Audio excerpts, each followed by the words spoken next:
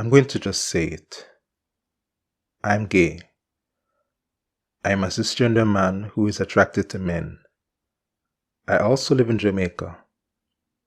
That makes me directly targeted by discriminatory laws. Many Jamaicans know about the anti-buggery stuff, but there is more. I recently found out about another term, gross indecency.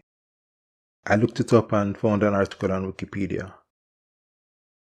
I apologize, but I'm not going to look any deeper.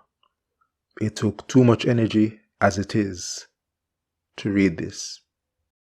Section 79 of the Offences Against the Person Act says, any male person who, in public or private, commits or is a party to the commission of, or procures, or attempts to procure the commission by any male person of, any act of gross indecency with another male person, shall be guilty of a misdemeanor, and being convicted thereof, shall be liable at the discretion of the court to be imprisoned for a term not exceeding 2 years, with or without hard labor.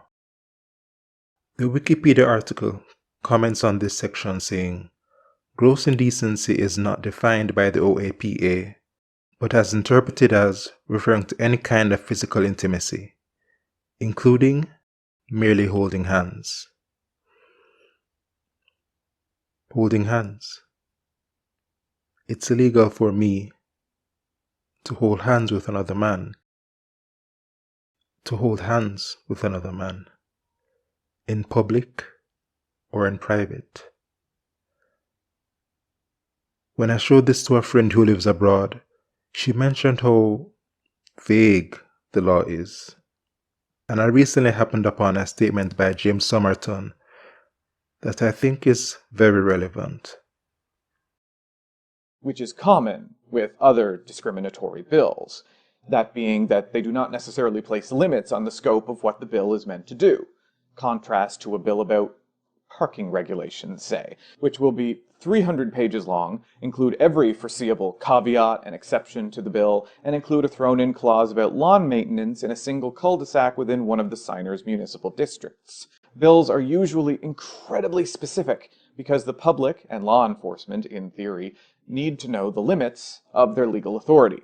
Discriminatory bills usually do not have limits because the governing authorities want to provide as much leeway for further discrimination as possible.